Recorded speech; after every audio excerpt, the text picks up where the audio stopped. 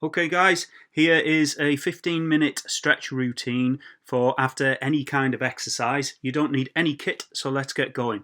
Standing up, just take hold of one foot, keep that knee in and keep that knee back so that you're really opening up the hip flexors as well as stretching the quad through the knee. We're going to hold this for about 30 seconds or so, keeping the chest up so again you don't close the hip from above. And keeping that knee nice and in line right next to the other one, opening up the hip flexors. The quad attaches across the hip as well as across the knee, hence the need to do that. Give that leg a little shake out and switching sides.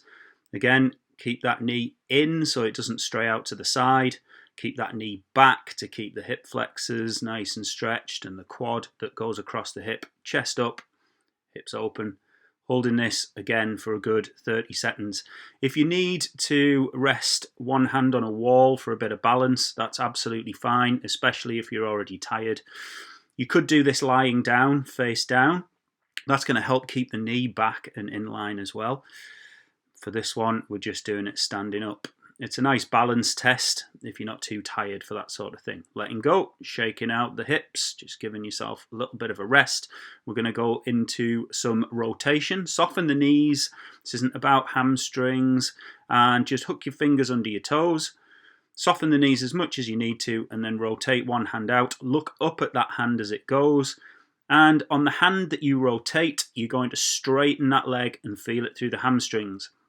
If you need to soften the knee on the other leg to allow that to happen, then by all means do that. You're turning the chest, you're pinning that shoulder back to open up and rotate through the spine, looking up at the hand as you go. I'm going to do about 6 of these each side, using your breath all the time. Nice inhale or exhale as you rotate. I'm not going to get too finicky about whether you should be inhaling or exhaling at a particular time, as long as you're not holding your breath and you're using your breath with the flow of the movement as well. That's going to help to open things up. Nice stretch as you reach up to the ceiling. And resting and coming back to standing. We're going to get down on the ground now, all fours. Going to go into a child's pose, get your big toes together at the back, knees about the width of a yoga mat apart, and just dropping down, nice and active. Keep those elbows up off the ground and the forehead up off the ground. We're not just slumping down in this child's pose. We want to feel it through the shoulders. Sit right back onto the heels to open up that lumbar spine. And just a little gentle rock from side to side to help those hips open up, help the shoulders open up. We're going to walk the hands out to one side, doesn't matter which, because we're going to do both. And just on the outstretched hand, so in the case of the video right now, just creep the left hand fingertips forwards to open up through that stretched side. Back to center, round to the other side. Again, right hand this time, as I've done it. Creep those fingertips forwards to really open up through the shoulder and right down through that side. Again, use your breath. Nice deep breaths are going to help to tone the muscles and relax the muscles. Back to center, and by all means do this a few times. If you want to pause the video and just do that a few more times, by all means do. Back to kneeling, wrists beneath shoulders, knees beneath hips, good posture, and we're going to go into a cat-cow. Exhale as you push the hips forward, tuck the tailbone under and drop the head, push the middle of the back up, and then drop to extend the spine. Lifting the head and feeling a little bit like you're sticking your backside out to really extend through the spine. And just switch in between, using your breath again. Exhale to push up. Inhale as you go down and lift the head. And again, 5, 6 of these, up to 10. With all of these exercises, feel free to pause the video and do a few more if you think they're particularly beneficial to you.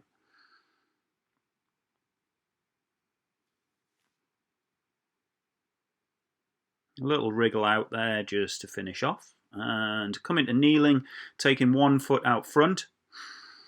Keeping the knee, the front knee over the foot and toes, and keeping the back knee just slightly behind the hips. You're going to drop the hips down and forwards. We're opening up the hip flexors here. Keep the chest up so that you don't close the hip flexors by hunching. And then just a very slight gentle bounce, squeezing that back glute to push that hip forwards. Don't bounce too much. We don't want to put stress on the soft tissues. Coming out of it and back in occasionally if you want to, or you can just hold the stretch, completely up to you. Little wriggle of the hips will just help to open things up. And again, using your breath, nice exhales to deepen into the stretch.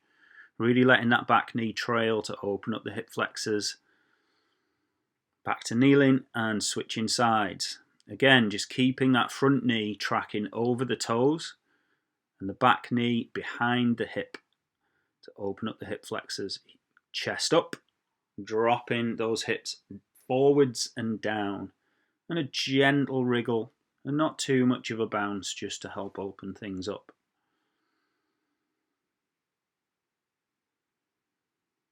In and out a couple of times.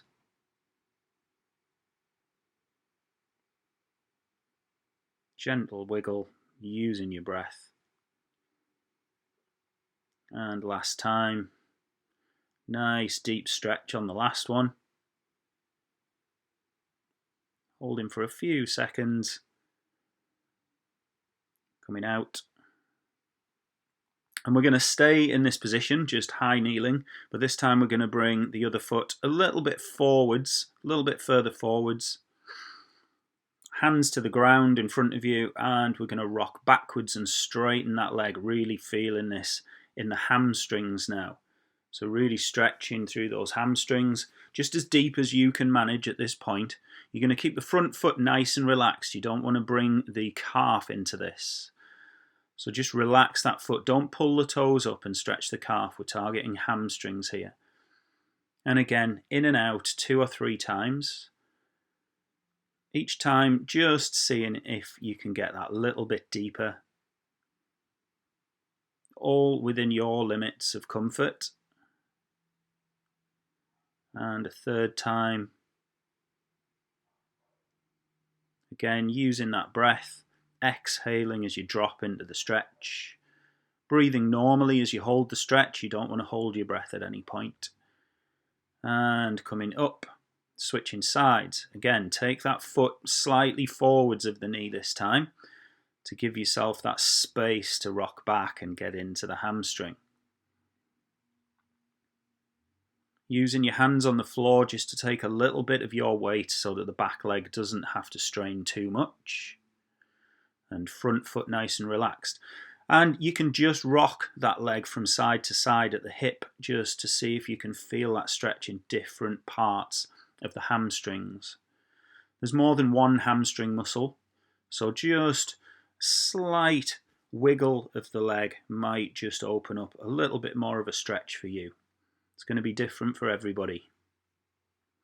Again, using your breath as you come in and out of that stretch. A nice exhale as you deepen, just using your hands on the floor to take your weight. Just make it that little bit easier on the rest of the body while you focus on stretching the hamstring. Breathing normally in the stretch. Gently coming out.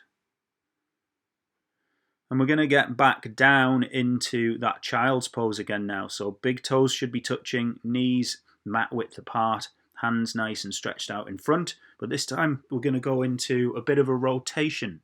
So we're going to take one hand and we're going to really reach through, turning the chest, rotating through the spine, really reaching out with those fingertips to rotate that chest as best you can, keeping the hand that's still on the floor nice and active, so don't drop that elbow down to the ground.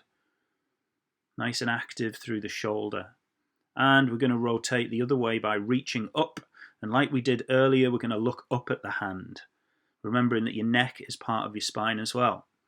And back down, rotating round, keeping it a little bit active, trying to keep sat back on those heels to really get into the lumbar spine and up through thoracic and into the neck. Really pin the shoulder blade back as well as you reach up.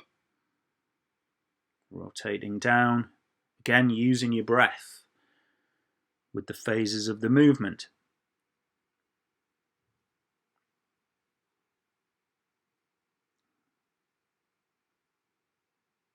And bringing yourself back to center and switching sides. You'll see this time from a different angle on the video. You can see how I'm turning my back, rotating the chest to the side so that from the hips I'm parallel to the ground and at the shoulders I'm perpendicular to the ground. And keeping that planted hand, the hand that's palm down on the floor, nice and active all the way up through the elbow into the shoulder. Continuing to use your breath as you move and breathing normally at any time when you're in a held stretch. Never holding your breath, that's going to increase your blood pressure. We don't want that.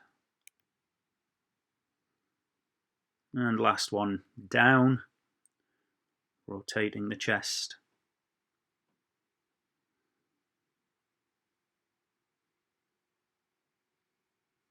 And a final stretch up, looking up at the hand as best you can. And bringing the hand back to center. I'm going to finish with a little bit of hip mobility now. So seated with your hands behind you, feet just a bit more than hip width apart. And keep your chest nice and tall. Don't slouch into this. Nice flat back. And you're going to just roll your hips so your knees go down to the ground. If you need on that internally rotated hip a little bit of assistance, just put that foot on the knee for a little bit of weight and rocking the other way. Again, using the foot if you need to on that internally rotated knee and hip. You can make this as active as you want, so you can continue to roll with a slight hold each time, or you can just sit in a static hold at the full depth. Depends how you feel it most. So just rocking from side to side continually with a slight hold or a held stretch. Completely up to you. You will notice with this one that your backside and your feet might shuffle around on the floor a bit as you roll the hips. If so, when the knees are in that neutral position, just get yourself back into good posture and position before you go into another side or stretch. Using your breath all the time, as ever. And then flat onto your back, and we're going to do a nice 90-90 or reclined pigeon stretch, crossing one foot over the other knee, taking hold behind the knee, and if you can, a deeper stretch is to hold the front of the knee. Try and relax that held leg so the foot is down, not sticking up in the air. And you can press the hand into the knee on the other side just to open up that hip a little bit more. Try and tuck the lower back slightly up to get a real stretch into the glutes, and a gentle rock around. We'll just find your particular individual point of stretch.